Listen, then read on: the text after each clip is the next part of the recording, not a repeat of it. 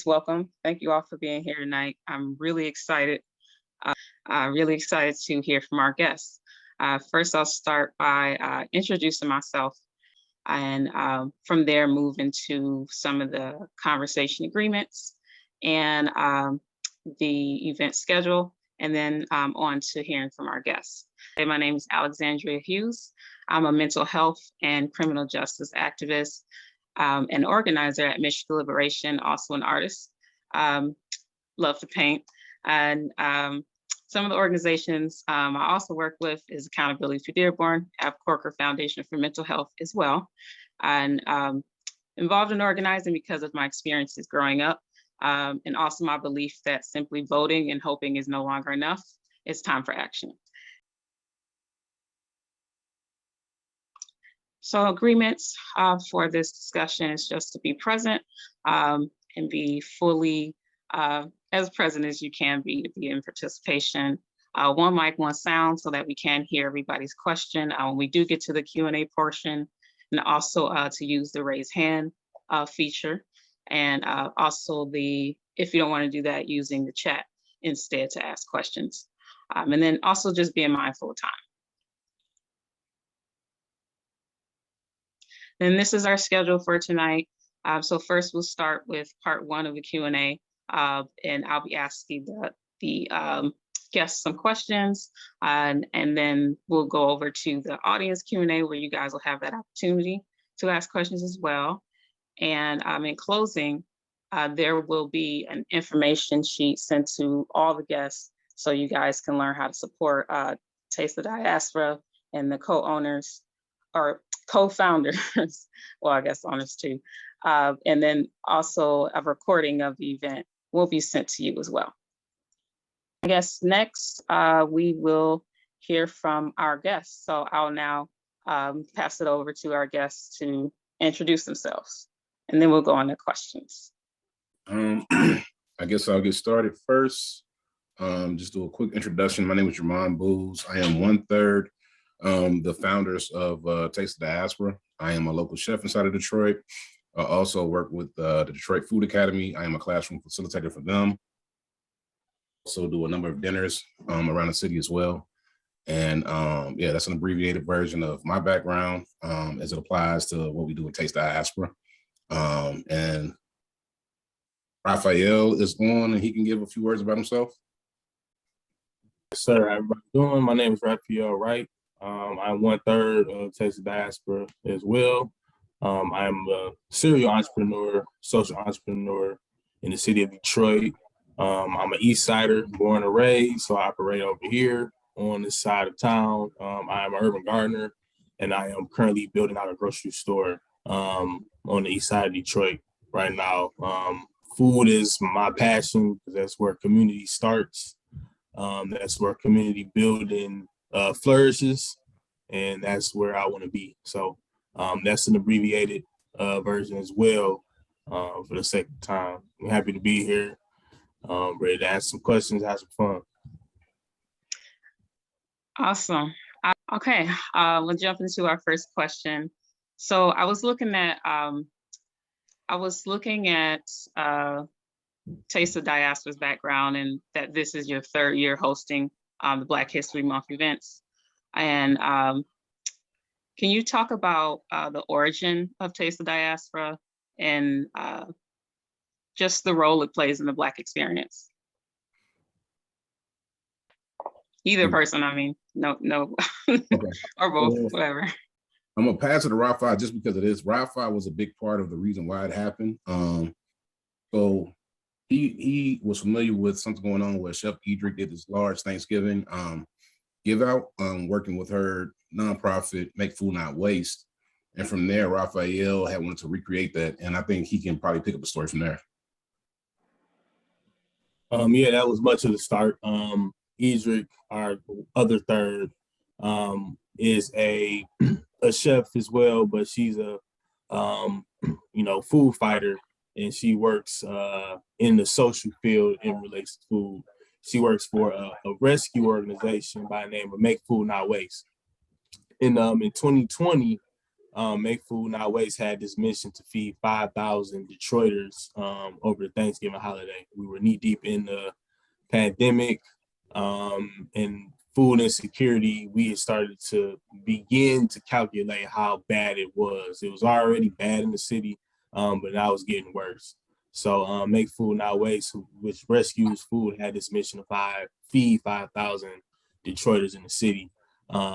Egypt reached out to me while my grocery store was still in development. It was a good opportunity for me to use whatever platform that I had in that neighborhood to distribute some of these meals. So Make Food Not Waste partnered with my company, Neighborhood Grocery, and we distributed, I want to say about 100 family-sized meals, so that fed about 400 people.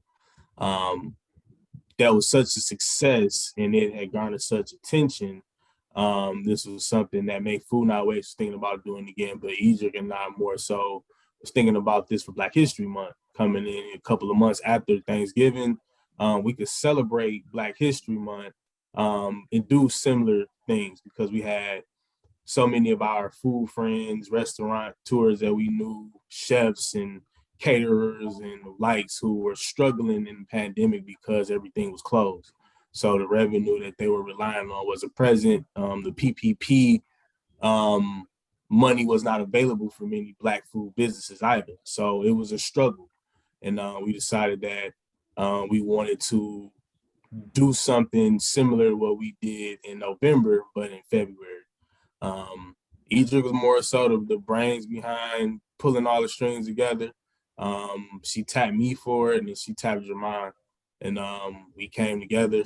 And it's supposed to have been a one-off thing. We was only gonna do it for that upcoming Black History Month in 2021, but it was so successful and it was so well received, and it seemed that it was so needed. We just continued doing presentations past Black History Month 2021, and now we are in 2023 doing it again. So that's pretty much the origin story, and it's just been evolving because times change, things change, and we've just been maneuvering with the times to continue to provide that mutual aid, that inspiration, motivation, that fun factor, because times do get tough, and these are times we can actually celebrate and do stuff that we love. So we're here, year 3, still doing it. Absolutely, that's so amazing. I think about 2020 and all that came out of it, and I was reading something and saw in the article it said, and after a series of text messages between close friends, and at a point you guys came up with a solution of what to do in response to food insecurity. And I think about how many things I've also been part of with in 2020, and then what came out of that, same community driven type of things.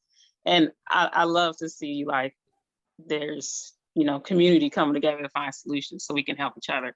So I commend you guys for that.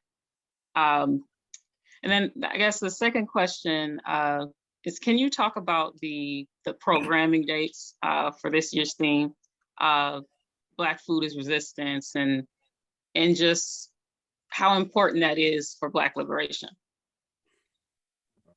I'll start and pass, like Jermaine did. First question. The theme of, so we program based on the theme of the month. So Black History Month has a theme every year. For example, last year, Black History Month was themed Black Health and Wellness.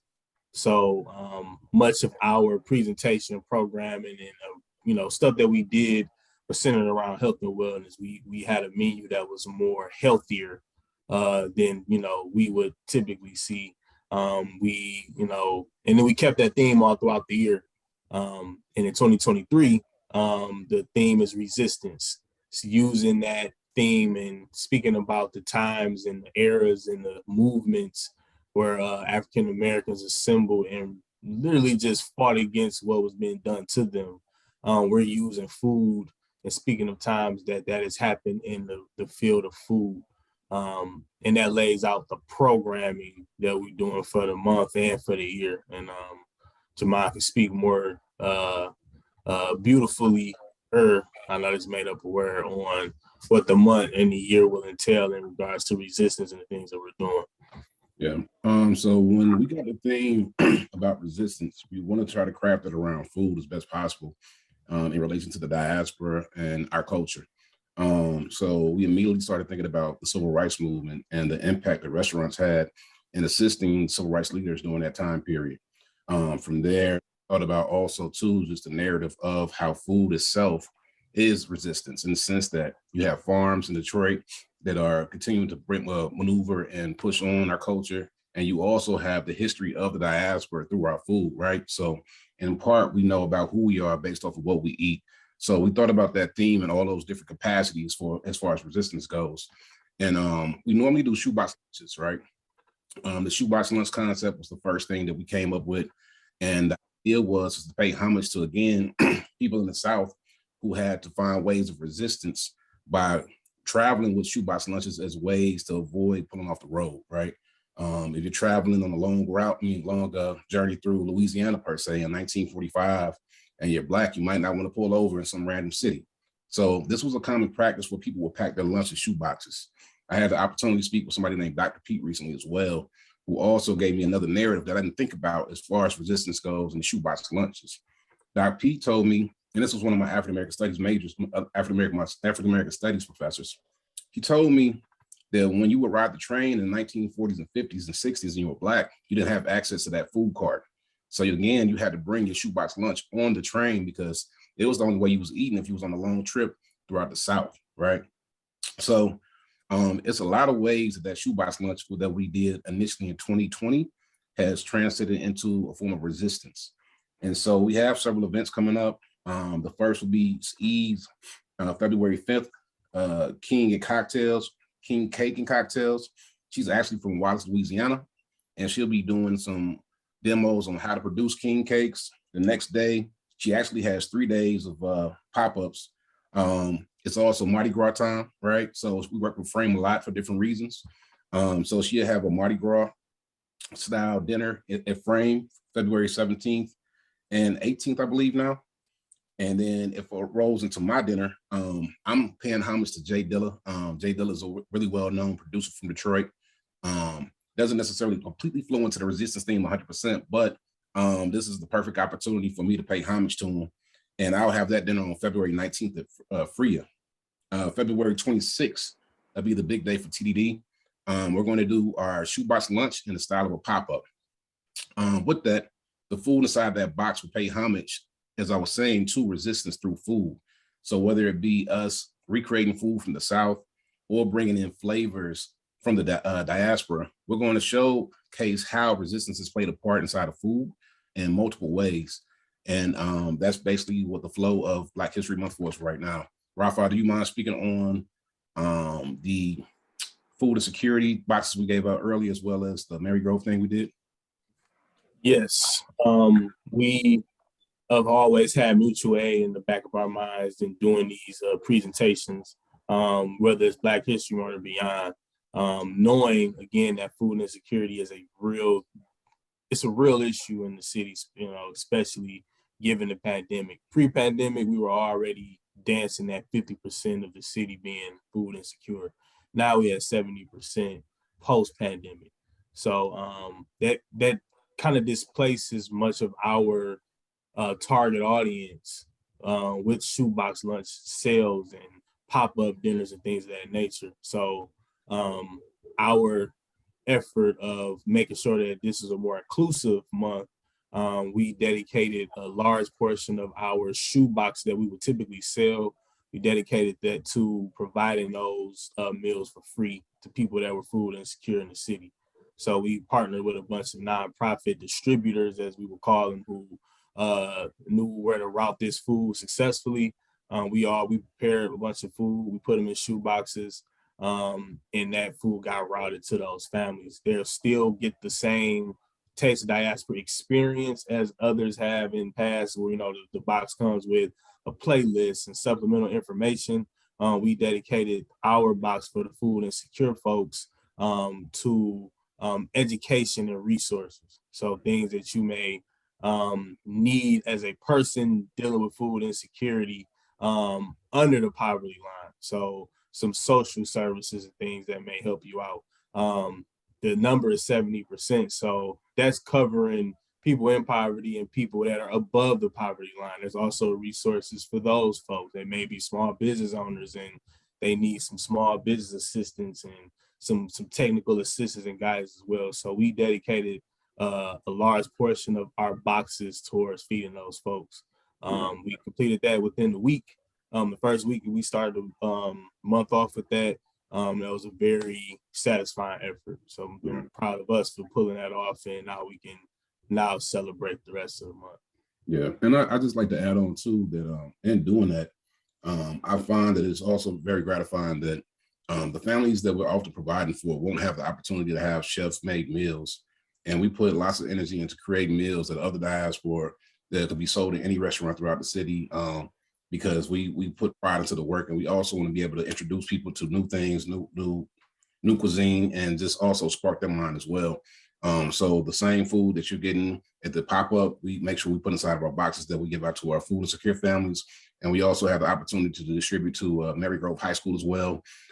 Just doing that because we felt like we had a connect there, and it seemed like a good and to do some exposure to the youth, so they have the opportunity to kind of think a little bit more about the cuisine and how it influences them and how it's a part of their life. Wow. And just listening to y'all, I'm thinking about the intentionality behind it.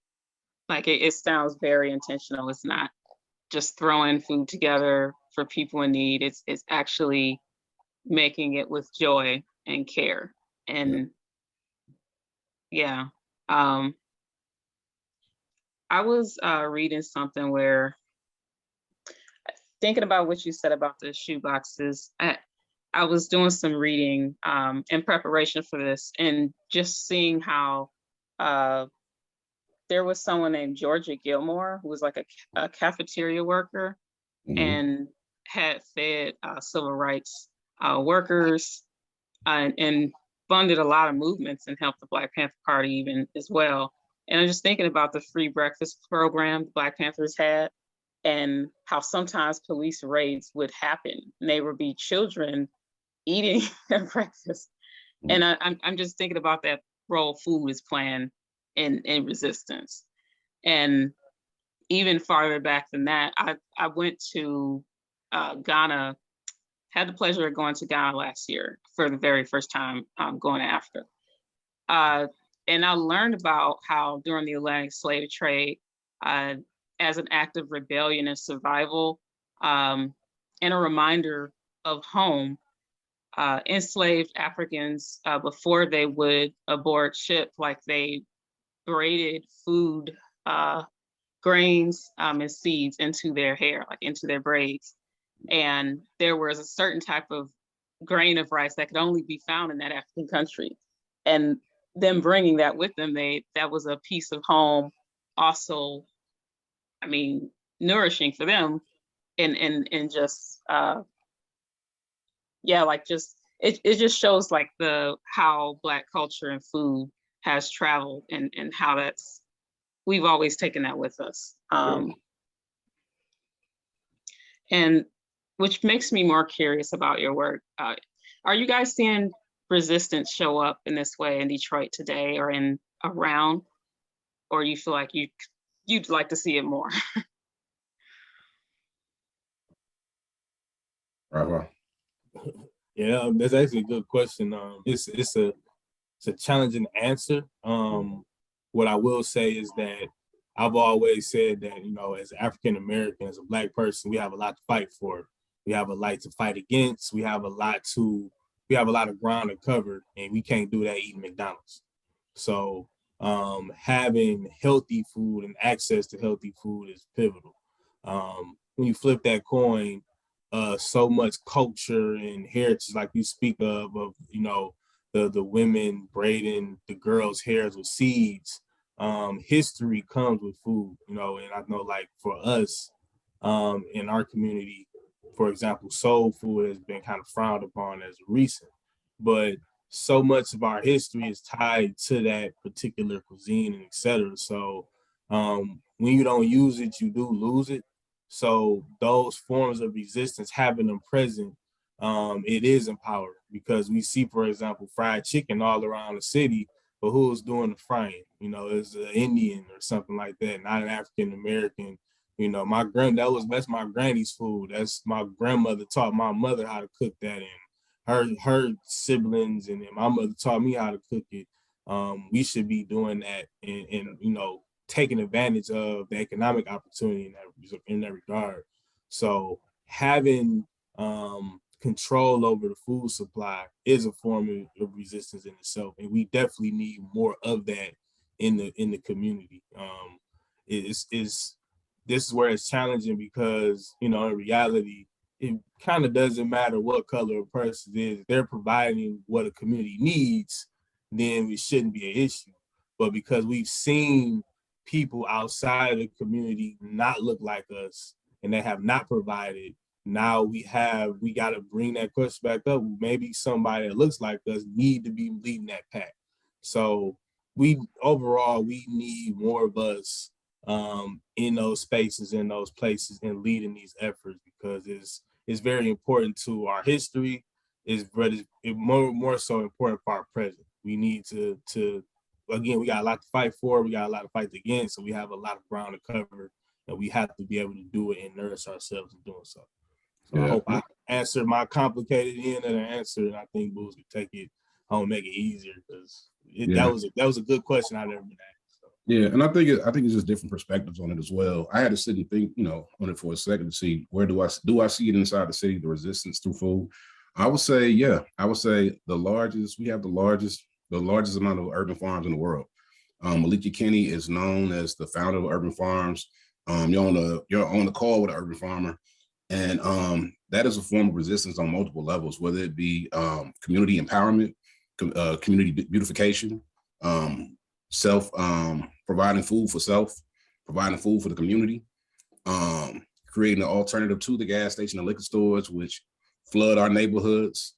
I think that's one of the most powerful forms of resistance that we don't necessarily dwell on, because I believe it's like one of those things that where you become, it's so familiar to so many of us at this point that we don't see how major it is or how impactful it is. And I think it's one of those things that is going to dictate the future of the city within itself. Agro-tourism is going to be a thing, you know, inside the city. It's going to provide ways for people to provide for themselves and also tell their narrative through the food. And like Rafa's saying, is like, as far as us not cooking our own food or even valuing our own food, I would even say more so. I believe that's just a part of the conditioning that we've had. We were told for so long that your food is slave food, when in fact, our survival food that traveled with us from the continent. Fried chicken came as a result of us only having fried chicken or chicken to eat. Watermelon has a rich history, and at one point in time provided a wealth for farmers. And we've been told that history within itself is something to not be proud of. And I think it's up to us and people such as myself and Rafa to rewrite the narrative as to what those things actually mean, because we've been told to be ashamed of our cultural past, our food history. And it really was things that empowered us and got us through those times. And I think that what Taste of Diaspora is doing is writing that narrative at this point, or being a part of writing the narrative, because it's a collaborative piece, right? Being a part of writing that narrative that retells that story. So we see the power within the things that we brought to this country, whether it be the rice sown in somebody's hair or the food that we grow in our own farms in our backyard. So again, it's a complicated answer because I think it's a complicated question. Most things when it comes to the African-American community don't have a black or white answer. I tell people all the time that I see life in shades of gray. And I think most answers that I can think of are going to be shades of gray, because it's no clear cut yes or no to anything that is proposed when it comes to our community, unfortunately. Yeah, very true. No black or white answer, definitely. And what you were saying about urban farming, and it just had me thinking about the term food deserts, or the saying food deserts versus food apartheid. And I hear people say food deserts a lot when talking about Black areas, or just underfunded areas. Like and I guess I never really thought about it And as you're talking and saying there is like land that you can, you know, to be a desert means you don't have nothing can grow, like nothing will grow, but that's false. And it seems a bit disrespectful. For me, to call it that, like now that I know better. Yeah, and it's funny because now the term that they classify Detroit as is food swamp, which sounds equally as bad. And I think like it's aspects of that phrase food desert that makes sense because it's not just access to food, it's access to quality food, you know. And I think that is one thing that has been lacking in a large part of the city. And even with all the farms, I don't think that it still provides the level of access that people need to quality food year round, because most farms shut down during the wintertime here. We don't have the resources to keep these farms going year round, unfortunately. So yes and no. I think the term itself definitely could be rephrased, you know, like, because I think it just puts another negative mark on the city of Detroit. But I unfortunately do believe that it has earmarks of truth to it as well, in that there isn't quality food access to everybody within the city that's affordable. There's only one Whole Foods within the city. And then most neighborhoods don't have a neighborhood grocery store. And not saying that Whole Foods is the epitome of grocery stores as much as they provide quality produce. And I'm a West Sider. I live on the opposite side of the city as Wi-Fi. I love that. Get my space from him when I need it. And the grocery stores in my area definitely lack, whether it be quality produce or produce that you can necessarily what you want to spend money on. Who wants to buy prepackaged large quantities of product that you might not necessarily want, you know? So it kind of makes it so like where you have the opportunity to go in certain neighborhoods and certain grocery stores and get exactly what you need and spend what you want there. It's not the same at, you know, and I'm happy that we have the grocery stores in my neighborhood, you know, because without them, you know, what does it look like at that point?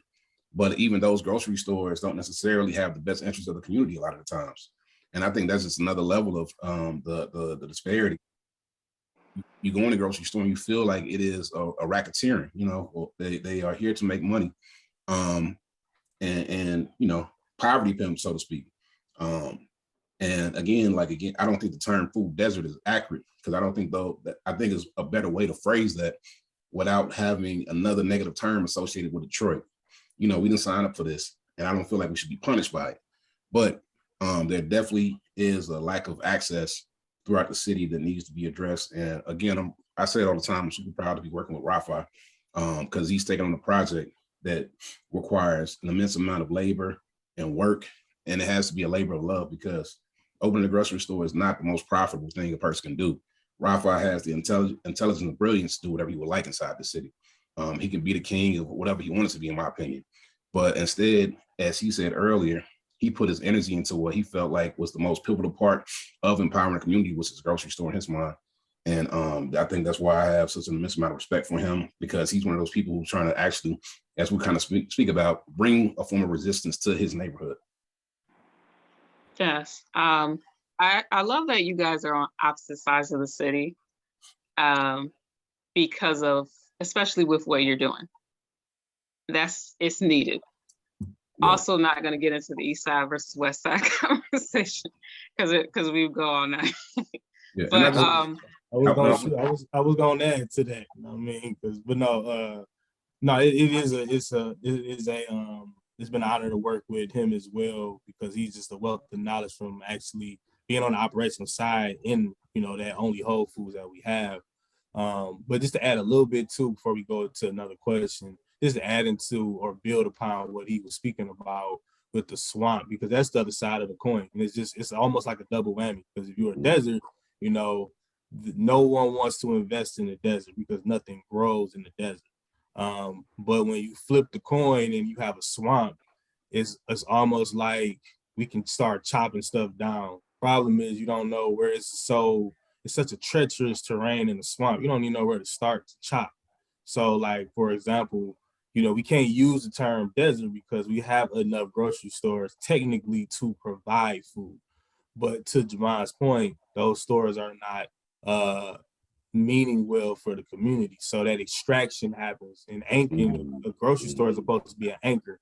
You know, while it is a low profit business, it is a steady profited business. You pretty much can guarantee I'm gonna get the same 1 to 3% every year. And with that, things can be built around it. So there's a lot of revenue that comes through these stores that's technically supposed to be reinvested in the communities that they serve, and it don't. And it's supposed to be reinvested in the form of quality jobs, not just jobs, quality jobs. You know, the stock person, for example, in the store that I had in my neighborhood, it got burned down mysteriously. But when I was a kid, the stock person was John Doe. And when I turned 25, the stock person that was John is the same guy. He never got a raise, never got any type of upward economic mobility working. And he knew the store better than the owners did, but they would never give him because of nepotism and other things. So these stores, they're not serving as the anchor that they need to be. Furthermore, it's very hard to compete up against the corporate engines of a McDonald's and Burger King and the fast food franchises when they can literally buy your children. You know, they can invest in getting property rights to use a Super Mario, or they have Ronald McDonald, and they have all of these cool things that makes you say, hey, come here and eat here. And the food is cheap because it's not real. But don't go to the grocery store because that stuff costs $2, $3, $4, and you got to cook it yourself. So along with the treacherous terrain of not knowing where to go toward chop down, you're dealing with the corporate engine, and you it's just a double whammy. So our job and our goal has always been to bring balance to this, because we can't look at it as a desert. We hate it being a swamp, but where do we start? So we're just trying to come to the middle and just find some type of balance so that we can, you know, make the city better. And I just want to add on to like the east and west side thing, and not in a joking way, but more in the sense that like us being on opposite sides of the city helps us focus in on our attention, because we see what's going on the east and the west. So Taste of the Diaspora operates from different locations most times. So we do work with Mary Grove Conservancy, and then we also work with the East Side Community Network. And then we do everything in between as well. You know, we do joke all the time about the East-West side thing. I think it's been a benefit for us as we have a lot of eyes throughout the entire city. And we're not limited to doing work within one particular area. We literally try to cover the entire city as best possible. Okay. Yeah, that's very important. Just especially with the need and everything, and just making sure that everybody feels supported. And what you're saying, it makes me think about the idea of safety, what safety is. And as an organizer, that's something I hear all the time: public safety. And it doesn't encompass this. It doesn't encompass what keeps you safe, which is nutritious food. It's having housing. It's having things to prevent you from being desperate, from being, you know, at risk or greater risk of incarceration or harm, you know. And I feel like you guys are you have created this narrative and are changing that in the city, and I love that. Just a few other questions before I switch over to audience Q&A. Can you talk about the educational information you're providing in the shoeboxes that you mentioned, and then also the feedback you're getting from the community in response to what you guys have done and are doing? Yeah, so it's a full sensory experience when you get a shoebox from us. It starts with a playlist. So every Black History Month, every February, we do a Black History Month playlist. You know, depending on the theme, it may just be, hey, a bunch of us, you know, we picked some songs and we put something together. We stuck with resistance type of music from, you know, Black community, whether it's R&B or hip hop or whatever, for this particular year. So it kind of starts off with that, but then it leads off into information or causes from our sponsors. So, you know, for example, one of our sponsors is Prosper Us Detroit, who's a small business assistance firm. You know, they provide technical assistance and many times funding, grants, or information for small business owners. and we're distributing that information out to our audience, you know, because we cater to everybody. Someone has a food insecurity that's below the poverty line, and they need some social services, which we wrap around through this same type of, you know, streaming, whether it's a brochure in the box, whether it's a QR code attached to the box, it'll take you to our links on our website to distribute all that information. And then we use social media as well. So with the social media blasts, we do like Black History food facts. So that's where the education comes in. But then that kind of ushers in things like recipes and stuff like that as well. So we try to make it edutaining. So it's education, but it's entertaining too. So it's not just education. They can get boring. So that's how we've attempted to roll it out the first time, and it worked. So we just, the music isn't broken on the record, so we keep running the record. So that's how we distribute information. That's the type of information that comes, whether it's for small businesses. Comcast is another one of our sponsors. So just relaying information on maybe how to, save on your high-speed internet. It can be as simple as that or more complex as one of our other sponsors of Warner Brand, and we're distributing information about the National Expungement Works initiative. Individuals who have been locked up and doing long prison sentences or jail sentences over marijuana convictions. There's an entire organization dedicated to helping not just those individuals, but others that are facing long prison sentences over non-violent offenses. They're working to get their records expunged and re-enter them into the community where they can get jobs, things of that nature. So we kind of touch several pieces of the spectrum in regards to what we're distributing, but it's things like that we like to include in food because we all got to eat. And if we can get you at the dinner table with us, we can distribute what we have. I don't have much to add to that. I think the one sponsor he left off that might be the most directly connected to food is the Detroit Food Policy Council. Food Policy Council within itself advocates for policy that impacts Detroiters and people working inside the food system. I'm a former board member myself, so having the opportunity to work with them on a project like this makes perfect sense. And exposing Detroiters to the opportunities to actually impact the system through the Food Policy Council is a great opportunity for us to connect and collab. That makes a lot of sense. Yeah, again, like Rafa, he mentioned the majority of them. He's our content manager for sure. I'm really happy about the work and relationships we built this year and the information we're distributing. Is not just regulated to food. Food itself is just not regulated to food. I work with the Detroit Food Academy, and I've learned over the years that as I teach my students that how to cook, so many other life lessons and skills and things come from those conversations and times. And very much in the same sense, that box is sure it's food about the diaspora, but it's a history lesson, it's resources, and much more. And we try to give you as much content as we can within a small package every February. Wow. Yeah, I'm looking forward to the event on leave the 22nd. It's like a wine tasting and 5-course meal and like music. It sounds amazing. But I'm definitely going to attend that. But now we will transition to attendees Q&A. I have a question. How do you get the food physically to the people across the city? And do you use a lot of compost? How do you compost your gardens?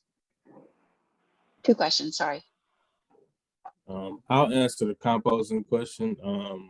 I do use compost. There's several independent composters throughout the city. Brother Nature is my go-to guy. He has an urban garden that's in the North End, and he does very well with compost. So I use compost. I have bins at my garden as well. So, I talk to the neighbors all the time and tell them, just drop their food scraps off. We make stuff work. The outlet booths handle how we distribute the food throughout the month. It's pretty simple, but I don't want to take up too much. I work with a commercial co-packer in Inkster at Feast Detroit is the co-packer. And I know they work pretty closely, I think, with Eastern Market, but I make a soup product and it's vegan, organic. And I know we have, and we try not to peel a lot of the vegetables. So we're getting as much fiber into the soups as possible.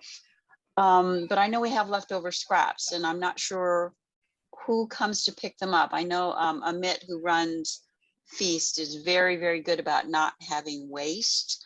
Let me, if I may, check with him and see what he does with the leftover vegetables, because it's vegan, organic, cleaned stuff. Is that something you can use, or do you have enough from the city, from your? We always use more. So as far as the distribution goes, Rafa kind of spoke to it quickly earlier, but we work with a number of nonprofits. I'll give you an example. One is Everybody Eats. Anthony and his wife are a nonprofit based on the East Side, who have actively for the past 3 to 5 years, I don't know the exact amount, but for 3 to 5 years, developed a list of people within the side of their community who are food insecure. These consist of a number of different people, whether it be older or larger families. And so we went through, as opposed to us trying to look for the people, we went to the people who know where the food needs to go. And we dropped it in their hands because we wanted to make sure that the food that we produce is actually going to somebody's stomach and not just being made for the sake of making food for ourselves to feel good. Thank you.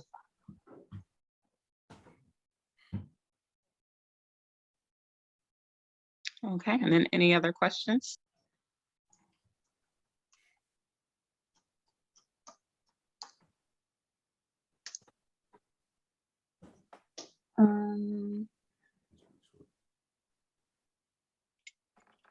I'd be willing to bet you that your food is healthier than what people in the rest of all of the counties in Michigan combined are, just because of what you grow yourself.